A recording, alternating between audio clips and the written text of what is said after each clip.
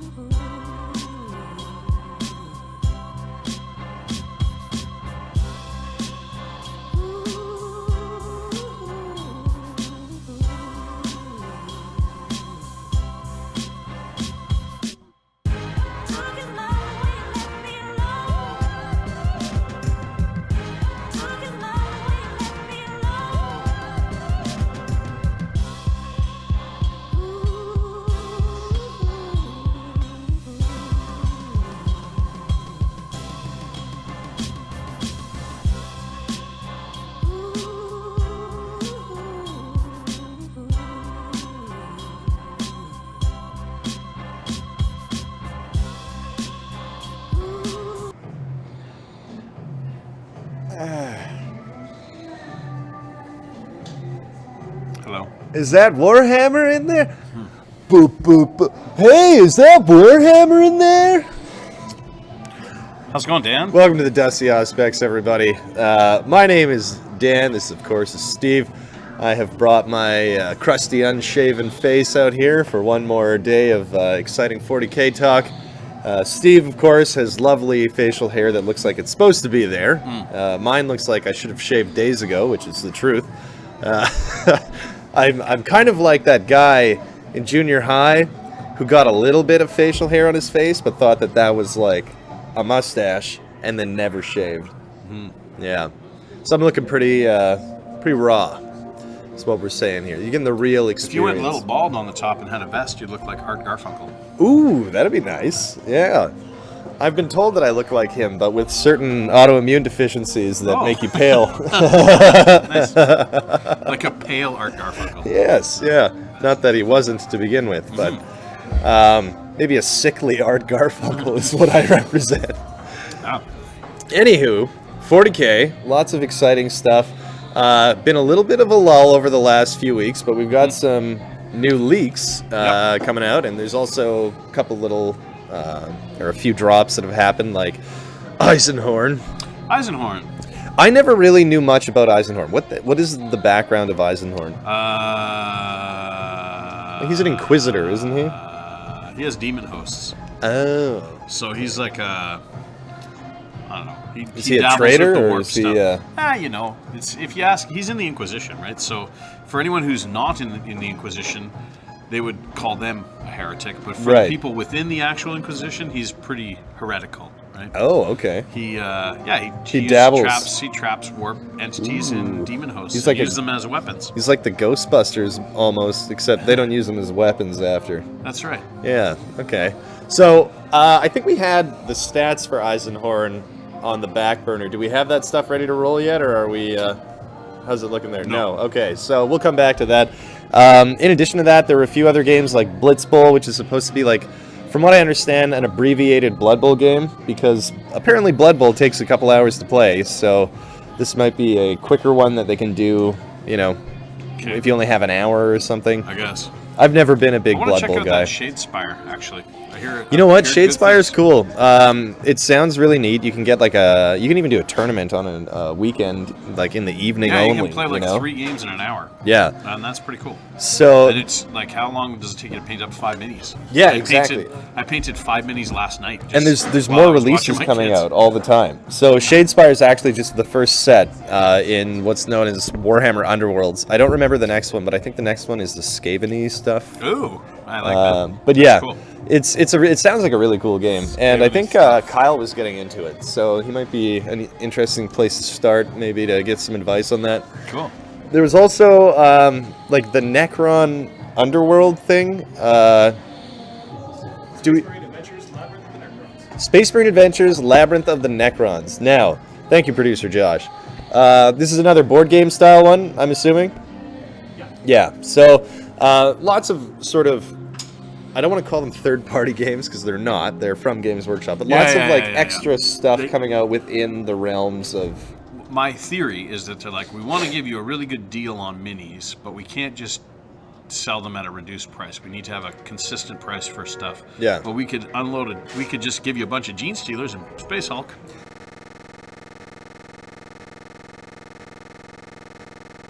Just everything is turning up Games Workshop. Oh yeah. Yeah. So they can make these games. They can give more, and we eat it up. We the fans, we buy that stuff. I mean, the thing is, I don't have enough time for all the games.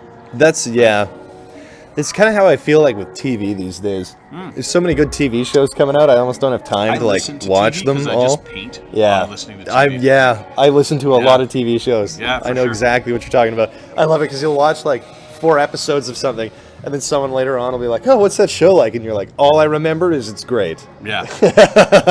Specific scenes. I listen to Peaky You got to bring Blinders. those up. Yeah. That's what I was trying not to listen to. You got to see this part, like, and she'll run it back. I watched 6 episodes because I sat down and I was like, I'm going to watch this. I'm not going to just paint models the whole time and not see it because it was cool. But then I wanted to watch a show where I could paint stuff. I find the best shows to watch when you're painting stuff are either streamers, which are great, like, you know, people who are also painting models or playing video games, because it doesn't really matter when you look at it and when you look away, or TV shows that you're already familiar with. Because then you're not like, oh, I totally already watched that, but I don't want to, you know, I can't remember anything, I'm not going to watch it again. Like, if you're sitting there painting models at home, great way to pass the time is just put on like an old sitcom or something, or, you know, I've been watching Breaking Bad again. Oh, okay. Definitely not a sitcom, but that's my current like modeling show. Breaking Bad Canada, where he just gets treatment. That's 1 episode. Yeah, he doesn't have to pay for it. I never considered that. Hey to all our American friends. Now, leaks coming out about Tau. There's Tau pre-order coming up really soon. So for those of you who are watching in Winnipeg, don't forget Hidden City Comics will have your books available for you if you pre-order through them. Even if you don't pre-order, I suggest picking them up there. They don't charge tax, which is awesome. It's part of a little community deal that they've got going on. So go down there, say hi to George, and purchase some product tax-free, which is not a bad thing for anyone. And you know what? Especially in this game, not paying tax is huge. Think about the Great Unclean One, $170. You're saving about $20 by picking it up from George, which is awesome. So, thank you, Hidden City Comics. Also, shout out to PvP, where we are filming this lovely show. And they are currently repairing chairs in the background. Not sure if you can see it. Kind of. Like right... Fixing chairs. There is one of the chairs being fixed. It's just all action at PvP tonight. Yeah, they got out the cock tubes and they are cocking chairs. Yeah. That's the that is the proper terminology. All right, Tau. Yeah. So, do we want to look at Inquisitor Eisenhorn? It looks like they got. Yeah, let's throw that up quickly. We touched on it before. Instead of coming back later, we'll finish him off. So Eisenhorn is on foot, so he's a 6-inch mover. His weapon skill, ballistic skill 3. You know, for a man of the Inquisition, he sure is hitting on a 3. Mm-hmm. You'd think he'd have a little more... he's a human. Chutzpah, you know? He's a human. What's his background? Is he a guardsman? No, he's an Inquisitor. So he's not like... But is he a Space Marine? No, he's an Inquisitor. Just like a guy? Have you read the 40k lore? I never got into the Inquisition. Never. I was like, Okay, yeah. well, so basically, the It's more religious human stuff, garbage, you know. They worship the emperor as Yes. like a god, and the people who make sure you do that are the Inquisition. Okay. So Yeah. if you For don't, then me, they, it was always just they like, say it's heresy. you know, I've preferred the heretical side of things. Prefer Xenos, you know, guys that are made from mushrooms. Yeah. Yeah. And orcs. Well, yeah, that's the mushroom guys. Yeah. Oh yeah, the fungi. Yeah, they're fun guys. How are we I was doing thinking there? of them as moss because they're green, but yeah, I guess they're more like mushrooms. Well, technically they're born of mushrooms. Okay, so either way, we're gonna get that graphic up at some point. So yeah, Tau stuff has been talked about. Sept doctrines, I believe they're called, are kind of like their version of chapter tactics, which is cool. So they'll be like the Mars or the dogmas for regimental doctrines. It's the unique stuff, you know, based on each Craft faction world. that you're playing, right? So High Fleet. What are the High Fleets called? The High Fleet. yeah, I think it's just High Fleets, isn't it? Oh. I think High Fleets. producer Josh just High adaptations. High Fleet adaptations. That's it. Yeah. What is it? Craft world traits. I'm looking for when the orcs drop clan rules, so Yeah, I well, like and seeing which this is in gonna every be- book. You know, It's going to be Bad Moons, which is your. Yeah. You got your Evil Sons, Goths. Goths, Blood Axes, and Death Skulls, I think? Death Skulls. Oh, there's also snake bites. Snake Bites. I always wanted to do a Snake Bites army because you take. Yeah, they're kind of like the wild guys, eh? You take Age of Sigmar orcs and you just put like a bolter on them. Yeah. You take wild orcs. And, Yeah. Yeah. Yeah, and like squiggets. Yeah. For Yeah, sure. Lots of squigs. because they got dinos and they got crappy clothing. That's about it. I want to run like tons of squigs. If I ever did orcs, I'd have tons of squigs in the army. They are really cool, and actually in this edition, the gargantuan squig is fan-friggin-tastic. Oh, nice. I don't have that one because the model is very expensive. I think it's like 600 pounds from Forge World or something like that. It's just Wow. 300 pounds, maybe? I don't know. It's expensive. However, a lot of people convert their own out of dinosaur toys, but the gargantuan is like this big. It's like a shoebox almost. Yeah. So, What do you think on that? Just upon that, what do you think about people adapting Forge World stuff? Just kid bashing their own Forge World stuff. If I it's think the right size. I think it's the logical step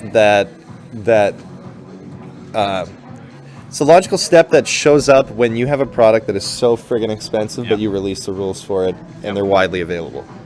You know what I mean? Like, And the problem is, like, what do I'm not sure if you're aware of this, but there is sometimes people will order to China and get like counterfeit Forge World stuff. And what do they do in China? They do like Rolex watches, Gucci bags, things that are ridiculously expensive, and Forge World models. Like, that goes to say how expensive and unattainable this stuff is if it's being. you know what? I bet you anything if Games Workshop made even just a regular Squiggoth model, like a plastic squig, and made rules for it and everything, they'd sell like hotcakes because it's a very cool concept. Like people love the idea of, you know, the rogue dinosaur thing or like the squig that grew up way too much. You know, they just kept beating it till it got so big. Big and ferocious. Anyway, we got the Eisenhorn stuff ready to roll, so let's have a look-see. All right, so Inquisitor Eisenhorn, we've determined he is a human. He is Norse Space Marine. So that's why he's Strength 3, Toughness 3. He is a hero, so he's got 5 wounds, which means he's just like really tough. That's not bad. Doesn't mean, you know, he's tougher. It just That's means about- he's more that's- difficult to kill. That's just More over attacks, 10. 1 wound over the average elite choice character. 4 So up save, so he's got like the equivalent of scout armor, so 3 in cover. yeah, that's you know what? At least you can screen him. He's probably got an invulnerable. I bet he's got a 4 up invulnerable. What do we got here? Psyker. We also got abilities. I can't really see the abilities from here, but He has a demon host's. oh, looks like we got a close up. I need glasses, yeah. Okay. All right. Okay. So, we got Artificer Bolt Pistol, 12-inch range, Strength 4, -1, 2 damage. So you can pop a couple That's not wounds on bad. something. -1 is good. The Barbarous Hater, or I don't know. It's like it says Babar almost. This is a melee weapon, so Strength User, which is I guess 3. Yeah, -3 D3 damage. Add 1 to hits. So you're gonna hit on 2s. And then you've got the Rune Staff, which is another melee weapon, plus 3 strength, Yeah, -1 D3 damage. Hit so regular. if you're doing chaff, you can do the 3 strength. He's also got an Electrobane Grenade, which is strength 4, -1, 1 damage. If the target's a vehicle and you roll a wound of 4 up for this weapon, the target suffers 1 mortal in addition to the mortal damage, or the normal damage, or D3 if you rolled a 6. Okay, so it's like... it's kind of like a vehicle mortal wounder. It's an EMP grenade, basically. And then we got abilities. Quarry.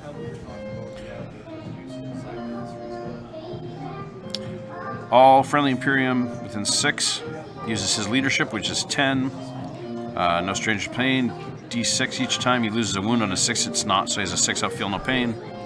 Once per battle at the start of the turn, he can use the Malleus Conducium. Codicium. Yeah. If he does so, he loses his other ability for the remainder of the battle. You can immediately set up a demon host model anywhere on the battlefield within 6 inches of him, more than 1 from the enemy model. So he can summon in demon host models. Cool.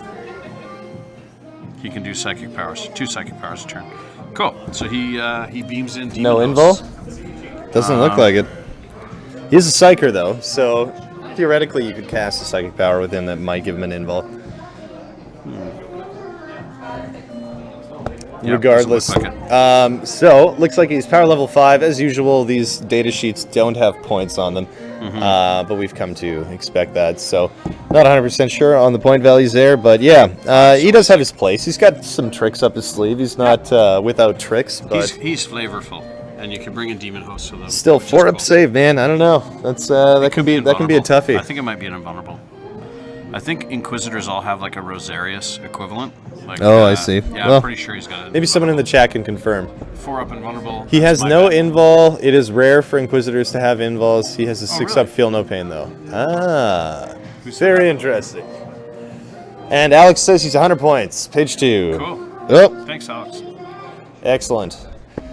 Alrighty. So talking Tau still. So Sept Doctrines, it looks like a few of them had their names leaked. We're not 100% sure on some of these things. I know producer Josh has been speculating like crazy about, just like his balls right off. He's very excited because he's got some Tau on the back burner. I think, he's doing a little dance right now. I'm thinking we're probably going to see a lot of stuff like +1 to hit, or like maybe some distance play, like some Eldar stuff have. You get like a -1 to hit. There'll at be certain one of those distances. where if you're over 12, it's -1 to hit. Yeah, It's like every book has that. yeah. There was one that was something along the lines of like a doomsday device or button or something like that. Like I remember maybe one we of have the, like a in one of the old editions, there was like a fallback mechanic where you could fall back with the unit and you leave one guy there, and then he would set off a grenade, and it was That's called pretty like, good. for the greater good. So he like pulls out a grenade, the rest of the guys run away, and he like just blows up as the guys like overrun him. And I was like, that's a great, so flavorful, right? I wonder if they they're would not gonna do that. Fight, Yeah, right? But yeah. something like that would be One cool. of them will go, I like that. I'll do it for the country. That's right. Yeah, for the planet. Yeah, for Fishtown, where it smells every day. I like, if I ever did a Tau army, I would do like bubble heads, like with water, and make them actual. Oh, that'd be have neat. Bubbles in there and stuff. Yeah, put little glass domes on their dome. Yeah. Yeah. I like it. Instead of their robot-looking suits.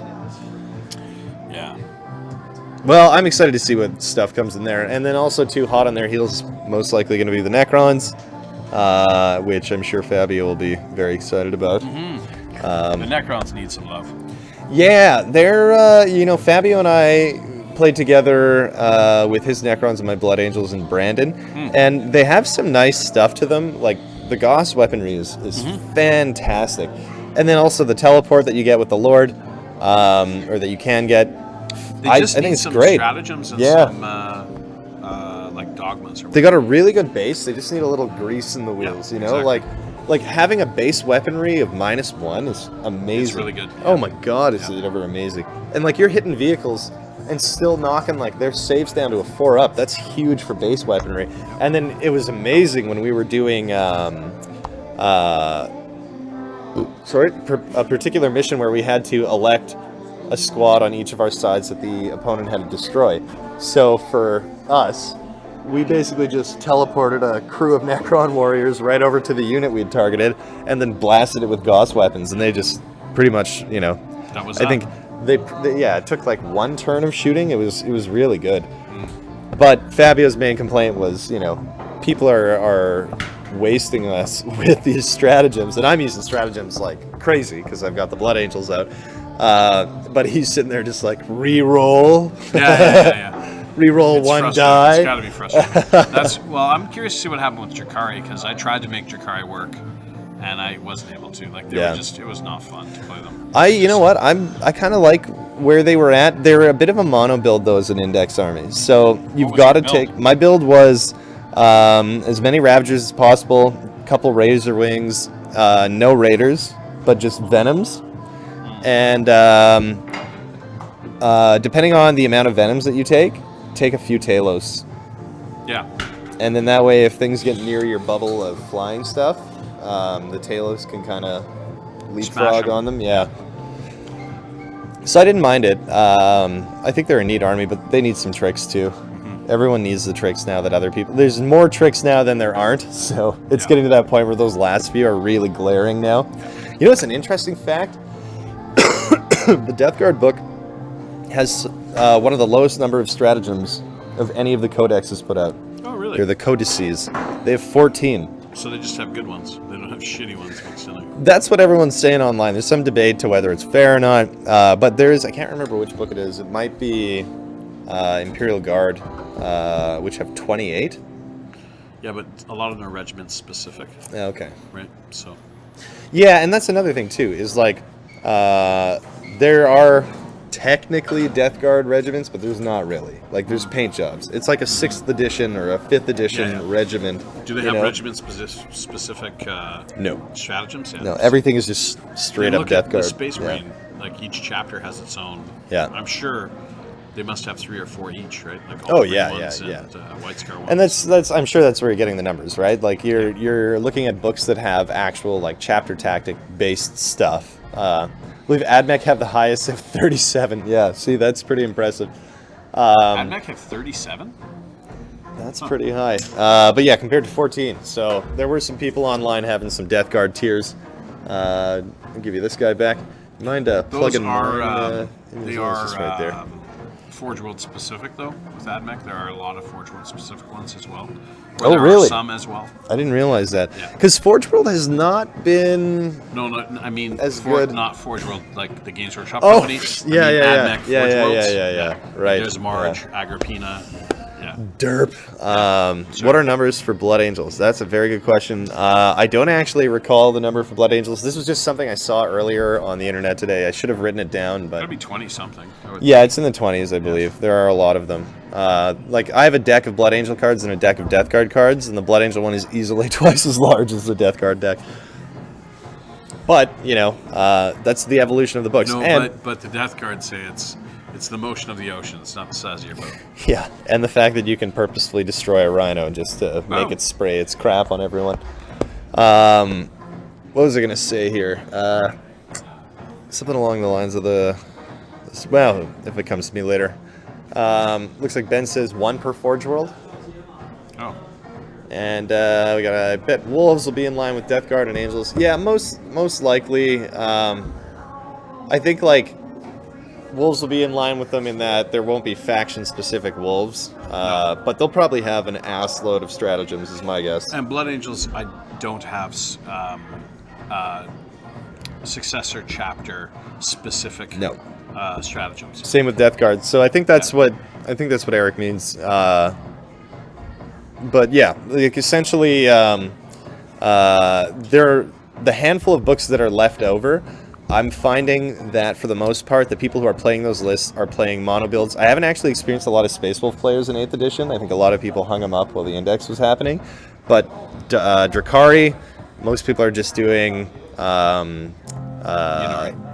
they're doing Yunari. They're also doing the Ravagers, Razor Wings, and Venoms. Yep. Orcs are all doing just giant mobs of boys. There's pretty much like no other... Some people are playing with cans, but like...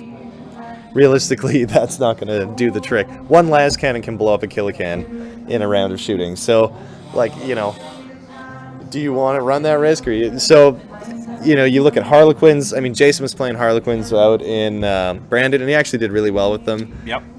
They were good. They're a good index list. Yeah, the index lists that are left, I find, are some of the stronger ones. Yeah. I always thought Drakari had a strong index, and Orcs as well, compared to some of the stuff my friends were getting into. But at the end of the day, they really kind of nudge you in one direction. And I'd like to be able to see Orcs with toys be a viable list. I want to do some, knob bikers that don't cost my house just in points. Sure. There's going to be a big production. Yeah, it'll be pretty cool. Same thing. I'm interested to see what happens with Drakari too. I'd really like Vex to come back. Do you run your bikes evil or baboons? Do you have baboon bikes? Yeah. See, I'm hoping that you can run the bikes and it'll be fine, and it won't be like if you run Eldar bikes, you want to have the Sam Hain Sam Hain, and then if you run bikes in Space Marines, you want to run White Scars, right? This is what I'm worried about. Like, I secretly fear this, is that Bad Moons will suck. Evil Suns or Bad Moons will be good at something, right? Like, yeah, but am I going to like that? Or, and I've got so many of these things painted now. Yeah. Like, God. Yeah, well, you know what? A last can shot at a kilocan, still not great, right? You want to hit on 4s with those bad boys. Alex, I totally agree. Trucks are too many points. I think, what are they, like 72 or 78 right now? Yeah, that's ridiculous. Definitely too many points. It's also a vehicle with like a 4-up, right? So most weapons are going to smoke it. Like a Gauss weapon, you have a 5-up save against. And it's not that hard for a Gauss weapon to wound a truck anymore. Yeah, especially when there's 20 shooting at it. Exactly. And do they still mortal on 6? I don't know. I might be just making stuff up there. Ask Fabio about that. Yeah. Who plays Necron? The only guy in Winnipeg trying to corner the market. Yeah. There's a lot of stuff that needs to come down in points from indexes. I think that was one of the initial errors that they made. They thought that higher pointed stuff was going to make for quicker games. The games were not quicker. No. Just because of new elements that were introduced. So I think they're seeing that, all right, we should kind of start playing ball with this. There's a lot of people online, I find, that are pushing harder and harder for power level stuff these days. I just can't really get behind it. Power levels never really floated my boat. I like power level. I've done a few games with power levels. It's really easy to make a list. And for me, I'm competitive when I'm at a tournament. Yeah. When I'm at a tournament, I will cut your throat. But when I'm playing, the rest of the time, I'm trying to learn, and I want to have fun, right? So I don't care if I lose. I legitimately do not care if I lose. Yeah. Not even like, oh, no, really, I don't. So we'll do power levels. If you have more force than me, if you have a more powerful army, then I'm on my back foot, I'm learning. And that's the situation I want to learn in. In a tournament, I don't want power level. I want to have points. Unless it's narrative. And if it's narrative, you should go in there with a story and well-painted minis and this is what I agree with Eric. Power level is a tool for bringing in new players. I think that's an excellent point. I agree, and power level is good for narrative stuff. Like if you want to do a narrative campaign, or if you want to have a narrative game, or if you want to play quickly, like here, come over to my place, let's just whip off a list quick. Yeah. I mean, mind you, like all of us can make lists pretty quick. See, the things that I like about the point system is that it is the one thing that a lot of people online have complained about is they don't want to be caught up having to choose between a squad with a power fist and one without. That's what I want them to have to do. The problem with power level is if you come to my place or I go to your place and we just play power level, I just threw some stuff in a bag, let's just do power levels and make lists, it's fine. The problem is when you play against someone who games it and goes like, oh, well, I know I can manipulate things and I'm only paying this many points power level wise, but I'm getting all this extra stuff. You can game it like you can game anything, and we play the game against gamers, so they will do it, right? Oh, Alex is a great point. So he has to pay an extra power level premium to add 2 more boys to a 10-man orc unit to fit into a truck, because a truck's max capacity is 12. So you're being taxed, quite frankly, if you want to run a full unit there for the vehicle. We could probably give 10 examples off the top of our heads right now of why power levels are not great. But as far as what I think it's for, which is just let's get the game going quickly, and like Enrique said, new players, I think you should only be using power levels with new players. And with new players, you're trying to teach them a game. You're not trying to smash their face, right? Yeah. You don't want to make that mistake of trying to bring someone into this and just not only A, confusing the hell out of them, but B, totally destroying them. I'm going to let you guys in on a little secret. I used to work at Games Workshop, and I've told most people this, but G out of T. And in our policy was the first time somebody plays a game, when you do an intro game with somebody, let them win. Because if the game is fun, but nobody likes losing the game. Think about all the games you've lost and how not fun that is, and then think of the games you won and how fun that is. So when you push around these models and you win the game, it makes you feel good. So let them win. Just let them win their first game. Mm-hmm. Who cares, right? It's like being a drug dealer, right? The first one's free. I can drink to that. This is a game that historically has been very difficult to convert people over to, but it is one that when they do convert, they typically never leave. Yeah, my wife was really into Dark Eldar. In the 6th edition, I bought her the Dark Eldar book. I bought her the starter set.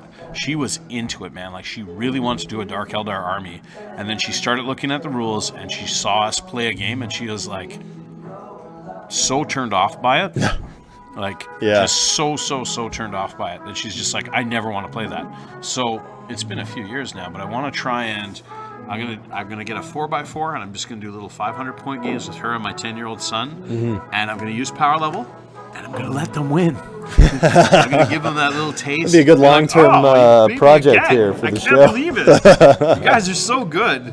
It's crazy. Oh, you're just dripping with talent, family. That's a good idea.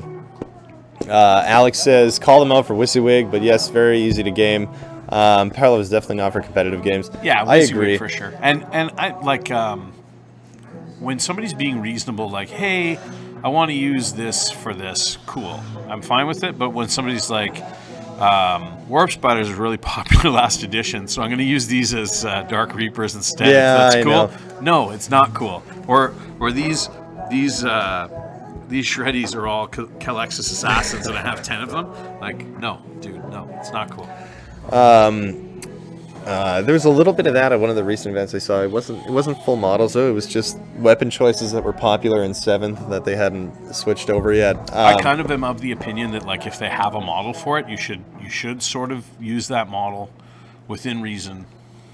Rule of cool in effect, right? But I'm casual AF, so I'm just like, yeah, whatever, you know.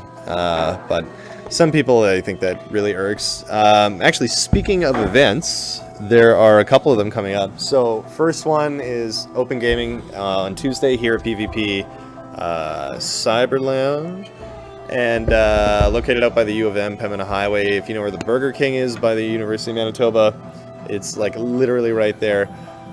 Inside the Burger King. And then we also have the 40 Below Expo, which is happening here as well. Excellent. And the expo that's is... at the end of the month. That's on the 25th. That's Sunday correct. The 25th. And I know that because my daughter's birthday is on the 23rd. Woo! And my wife was like, you're going to a tournament 2 days after your daughter's birthday? And Familial I was like, pressure. Yes, I am. Yeah, 2 days after your birthday. Yeah. She's 4. She's going to be 5. She's not going to care. She's going to be like riding that birthday high for... She says she wants to do the thing with helium. She's like, I want to talk high with helium. So I'll just get her some helium balloons. She'll be all doped up on helium. I'll slip out on Sunday. She'll never know. Just give her some cake while I'm gone. Your wife will ask her a question. She'll be like, yeah, exactly. What the hell? So yeah, 40BX, that's what we're calling it, the 40 Below Expo. Really cool event, so tons of games happening. It's an expo for a reason, folks. There are Infinity games, there are AOS games, there's 2v2 40k games, there's one player only self-satisfaction corners. Hey, it wasn't my event. Regardless, down here by the U of M, Pembina Highway, PvP Cyber Lounge. So, Steve, who are you playing with at the expo? My man Mike Stossel. All right. He's one of the Greybeards. He and I are doing Astra Militarum with Ultramarines. Ooh, yeah. Is he bringing... Beige Marines. Beige Ultramarines. That's right. I played against his Beige Ultramarines somewhat recently. Now, So, there are no Lords of War in this event, so we won't be correct. seeing Big Man Gully Nope. Fern Gully. But Fern Gully won't be there. However, maybe Marius Calgar might show up. Who knows? Be like, hey, Marius, what you up to this weekend?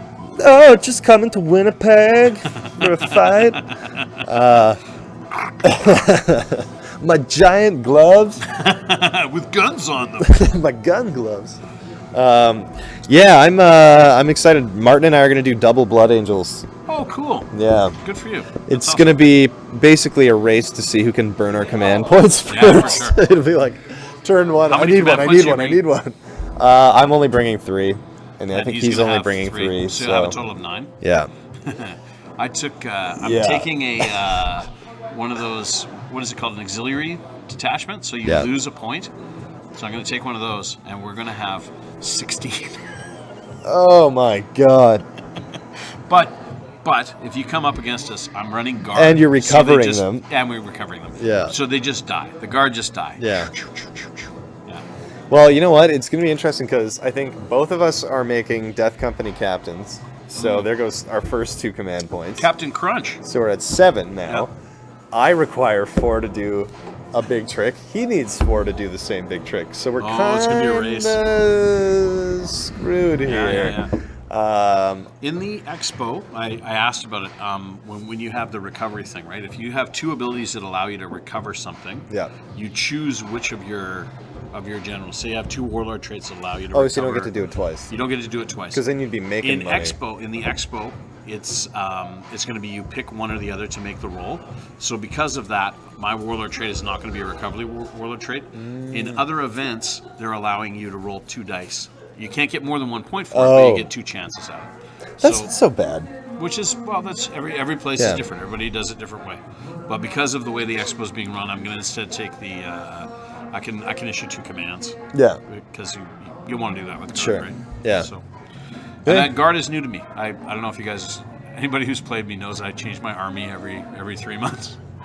So you know what? When you say change your army, you don't mean like sell and buy a new. You mean like I keep all my armies. Shelf and buy a new. And I live outside of town. I'm north of Winnipeg, like an hour and a bit. And my wife has suggested that I get kids into the game, and she said like, Steve, it's like you have like 9 armies. And I do. I actually have something like 9 armies. She's like, why don't you just bring both armies with you and your fat mats and your terrain and get kids in the local into it, right? Like, again, and I'll let them win their first game. You can get their parents to buy your models from you. You'd be like, yeah, why don't you check out this for all the cool kids are playing 40K. That's Steve's house. And the parents will be like, who's Steve? Well, I'll go to community center. And I work as an EA, so I'm not a creepy white man. Whatever you're implying. That guy in the neighborhood. No, that's good. That's not a bad idea, especially if you have the wherewithal to have people play without them having to buy a crap load of stuff. I think that if I did it, especially with like new players, I would just run index armies. I wouldn't do stratagems. I would do power levels. And I wouldn't even let them make armies. I would just, if I got all the models, I make your armies, and I tell you your scenario you're playing, and I'll just be ref. Yeah. And if you make like an 800-point game for like getting your, cutting your teeth, wetting your whistle, wetting the whistle. But I think that would be fun. I might. There's Up a Stump Hobbies in Gimli, where I spoke with the owner there, and we sort of talked about it. We might do it there. But especially in the summer, there's going to be like lots of foot traffic. I'm there Saturday all day, just like, hey, whoever wants to play a game, have a sign up. Summer 40K league. Yeah, like just and just like as a walk-in, like an intro, like I think all of us want more players in the hobby, right? Yeah. And all of us can be ambassadors to the community and bring people in. And I don't want to play like crusty old grumpy men. I want to play enthusiastic younger dudes that are into it, right? Mm-hmm. That are charged up by the backstory and stuff. And you know what? I on this subject, there was a dude out in I can't remember where. It's not far out from Brandon, upper northern quadrant. No, it's I think northeast of Brandon. Pinawa or Nipawa? I can't remember which. Nipawa. So, met this dude just on the Orc forum, because he made a joke about Trump being against DACA, which I thought was hilarious. And then there were a couple people who got pretty sour about the joke. And then I was kind of like, why is everyone so mad? And then later on, he's like, hey, you're from Manitoba. And so I think he's going to get into playing again, too. But he didn't even know that there were people that played in this. And like, yeah, not only is Winnipeg alive and well, but Brandon has a giant gaming community with its own like annual league. So that's probably his best bet. So I kind of pushed him in that direction. But it is impressive how many people have been pulled into the game as of late. You know, like when Rory and I used to play in his basement in 5th edition, we thought it was either at his house or at Games Workshop with a bunch of like kids, you know. Yep. But it turned out there are lots of places to go, and it's amazing how many people like you would never expect. And like, oh, you play 40K? I play 40K. Like, a lot of people have like cool. a kick at the can at some point in their life. You know what I mean? Like, or they have played it and had fun, and like we met Martin through stand-up. Dude, it is a time. Oh, really? Yeah, That's and cool. He's like, oh yeah, you guys play Warhammer? I used to play Warhammer. And we were like, and you got him get back the into fuck it? out of town. Yeah, you bastards. Yeah. we're like, now here's where all your money goes. Yeah, no way. It's man, it's just such a good, well-rounded, fun hobby. I played some Space Hulk with my son last weekend. Yeah. He keeps wanting to play, and it's like taking, dragging the table out and making the lists and doing all the stuff. It's especially because it's cold right now. I play in my garage, right? So we're able to do Space Hulk. I'm able to get him into it. He had fun. But yeah, I'm gonna start. I'm also thinking about getting into Age of Sigmar. Like, I've been resisting it for so long. I just like, I don't want to play Age of Sigmar. I just don't want to do it. I have too much stuff going on. But everybody's so into it. There's a league starting up, and now I'm like, oh, I wish I was in the league. Here we go. I can't play with the game with the guys. No, Steve wants to play Age of Sigmar. I was thinking I want to do Stormcast Eternal, but with Space Wolf head swaps. Because I hate those heads. I think they look stupid. They look small, whereas a Space Wolf head, which is the same size, looks cool. You know what? Beefy, like I saw some really cool shit recently. I won't say where, but there is a certain website on the internet, which is this great thing where people from all over the world can communicate with each other. Anyway, it's a website that has people who make CAD-produced 3D 40K stuff, and then will 3D print it for you and ship it to you. Oh, cool. And they have tons of Wolf stuff. Like they had like this boxy, like almost industrial revolution looking Space Wolf like Titan mask. Pretty sure it's called Shapeways. Yeah. Yeah. I don't like. That's great. Anything like third-party stuff. I don't understand why anybody would be against that. Like, I'm gonna always buy my armies from Games Workshop. I just want to enhance the models. I have a way of just acquiring codexes. I don't know. It's amazing how it happens. But I will still buy, if it's an army I play, I will buy the codex. Mm-hmm. Like, because I believe in Games Workshop, I believe in the IP, and I believe in supporting a company I like. I will, pirate movies for sure. But like, no, I agree. Screw Hollywood. And you know what? I'll be the first one to admit it. I've been around recast stuff, and the quality is nowhere near the same. And I would not suggest this. There's not a threat right now for honestly, like plastic that is coming out of the Games Workshop oven these days. They're knocking out. Holy God, yeah. Yeah. And it's such a makes a huge difference when you're holding it. You're like, this is clearly real. This is clearly not real. Yeah, for sure. For sure. So yeah, it's I don't even know where we started there, but yeah, 40BX, come check it out. Come check out the 40BX. Warhammer's pretty cool. Yeah, man. Actually, we should give a shout out to one of our sponsors now, which is Battle Foam, from what I understand. Shout out to Battle Foam. Excellent products there.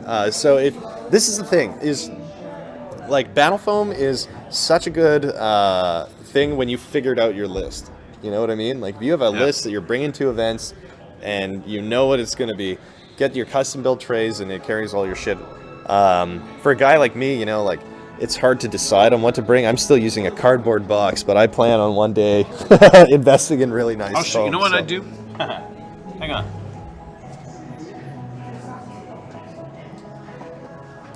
We'll be right back. This is how I transport my armies. Oh no. I like. Don't look. It's perfect. It cost me $1. It keeps them all nice and Fabio separate. Now, is going to crap his pants. No, but I mean, I'd still, if I wanted like big, those are for infantry, right? If I want a big model protected properly, I'm going to go to battle foam, right? If I have a Storm Raven or a Knight or something that's like, it's a multiple $100 investment that you've painted and put like hours and hours and hours into. Yeah, something like this. Okay? Like if you have this alien toy. You want battle foam for this. You do, right? Like this is very easily smashed. Oh. That's producer Josh's tyranny. Yeah, we got some vicious fakes. Josh and I are going to have a game after this. We're going to do Astra Militarum versus... How many points you guys playing? 1,000. Oh, almost. More. Bring it in a bit more. There it is. Yeah, that's a nice thumb. Ladies. Benjamin Gerling, did he win? Are you talking about the Lord? You talking about the game we're going to play after this? I don't know if you won yet or not. What are we talking about here? Did he win? Who win? Did who Dan Hewen? Dan Hewen? The hell was that? Sometimes I just want to have like a switch for your mic. So, okay, that's it. Dan's not allowed to talk for the next 5 minutes. I think he's trying to talk to me.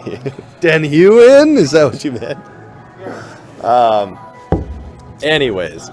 We got about 15 minutes left, so I think one of the things that'd be interesting to just kind of bring up is a conversation with the chat and Mr. Steve over here is producer Josh was talking earlier about...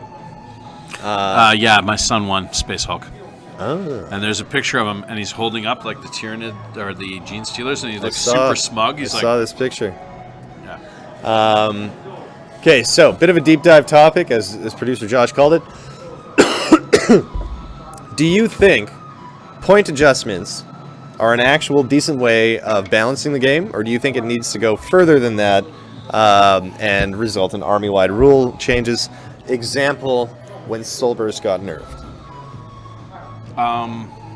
Okay, well that's a whole can of worms. Yeah, I mean, we got 15 minutes left, but we can maybe... Yunari are still ridiculously powerful. Yes. They're not like an auto win, and before... Yunari were like, man, I played against Yunari. I played against a guy playing Yunari, and I had a battle company at a tournament, and I got lucky. I won the turn. I got really, and I was like on my game, and I did well with rolling, and he kind of flubbed a couple rolls, and I got him. Yeah. But that was with everything lining up. That's like maybe a 1 in 10 chance that's going to happen. 9 times out of 10, that Yunari army is going to beat me up. Absolutely. Yeah.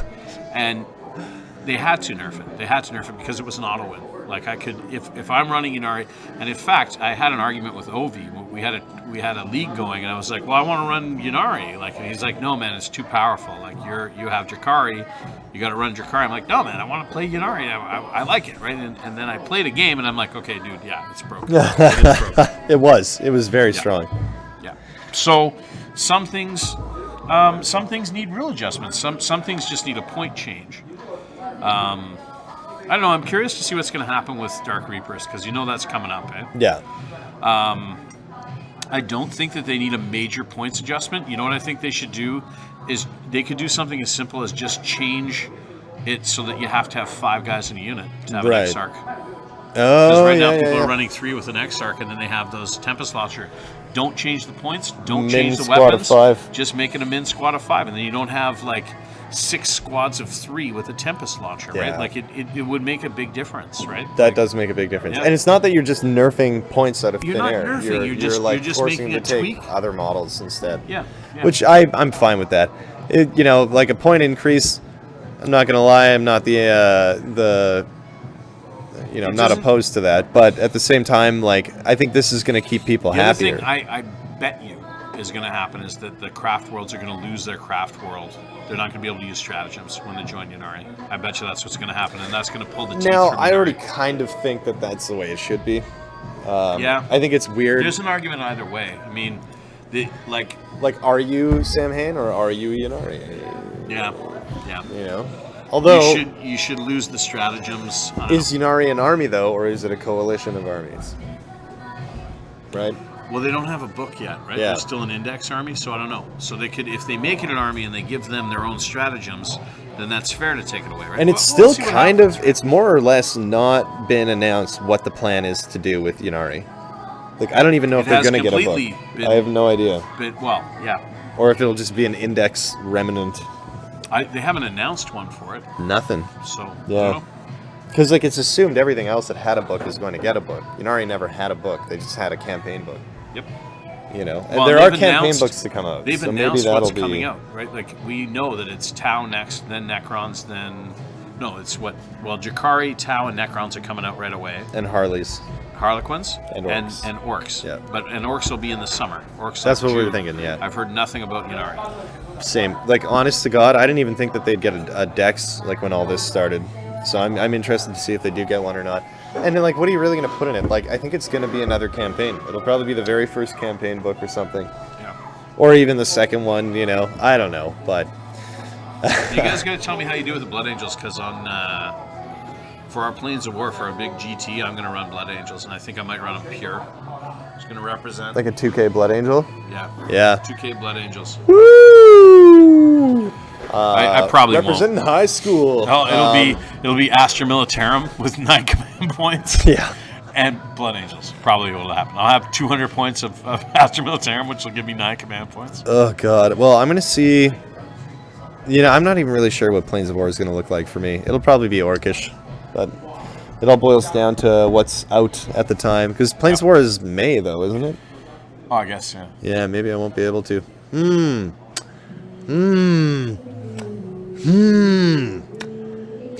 Lehman Russ problem.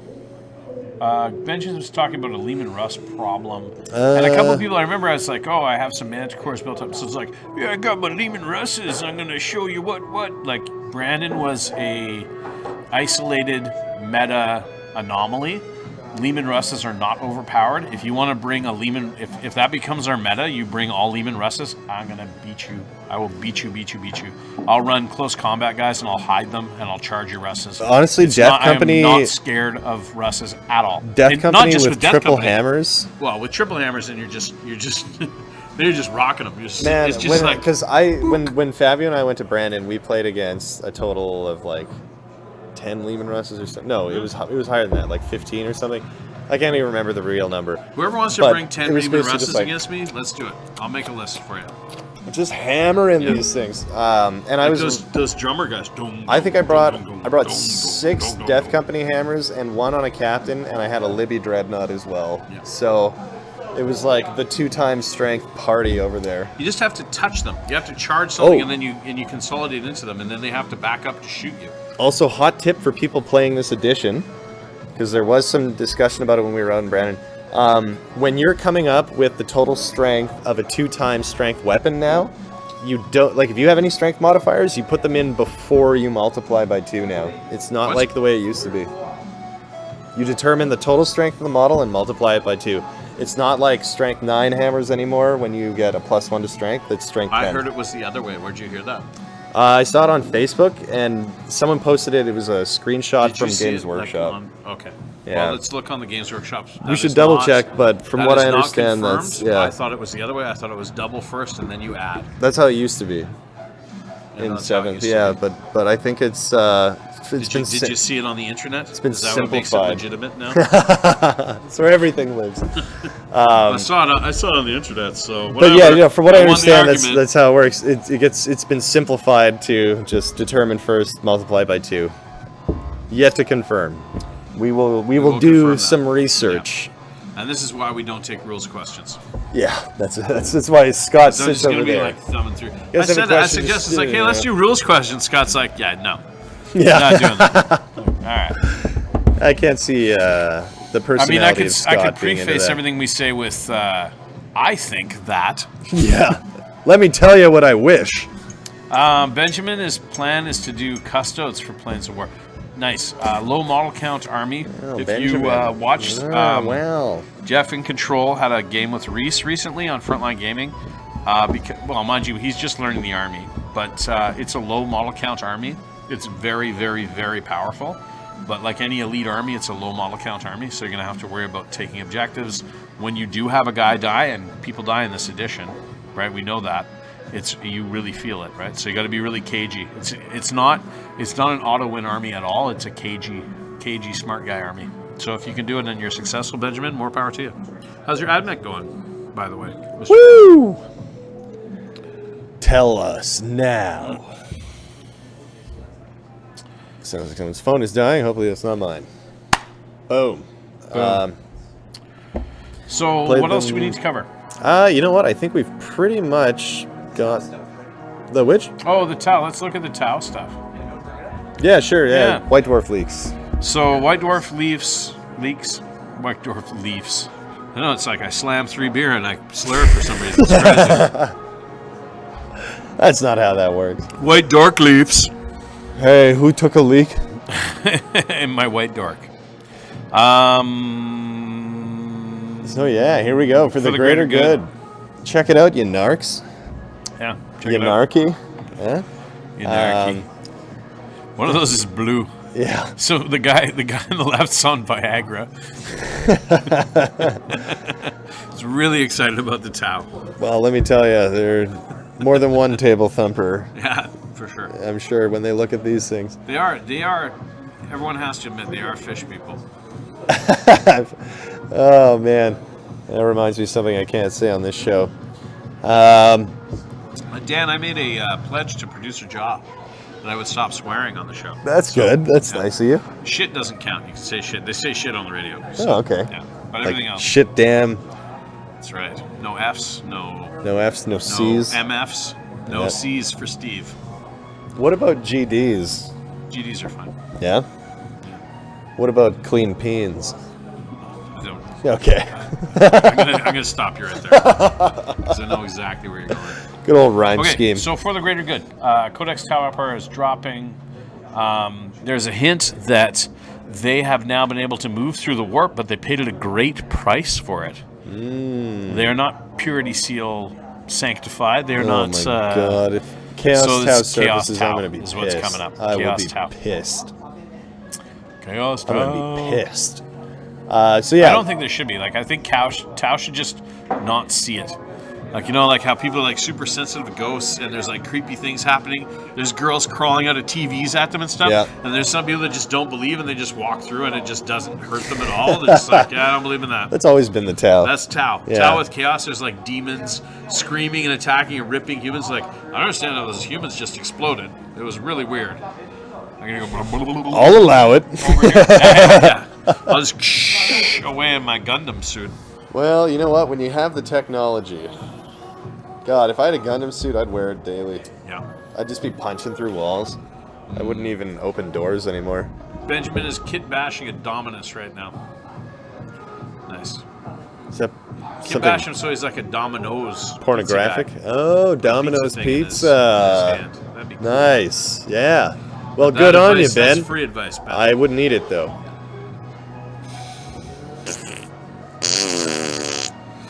All right. If you guys have any questions for us, I think we're just about ready to wrap it up when Dan starts making fart noises. Woo! Let's wrap this baby up. As I said in Dodgeball yesterday, I'm all sharts and farts, Steve. You just There you can't go. stop me. Your mom must be proud. Some days she is. Some days she's just plain sick of it. All right. Well, without further ado, thank you, ladies and gentlemen, for believing in God and all those great things. Why would you do that? He's trying to make Josh Just uncomfortable. make Josh upset. Let's go over the words I shouldn't say, Josh. Look, if people in the chat can tell us who their favorite mass murderer was. Yeah. All right. Well, yeah, that's good. Thanks for tuning in, everyone. We will see you next week, week yeah. with Fabio and And a mystery guest. ooh, I'll tell you what, it won't be me. ooh. I'll be back on the 15th with my man Art Garfunkel. That's right. So until then, If Keep- you're keep not fresh and have having fun. you're cheating.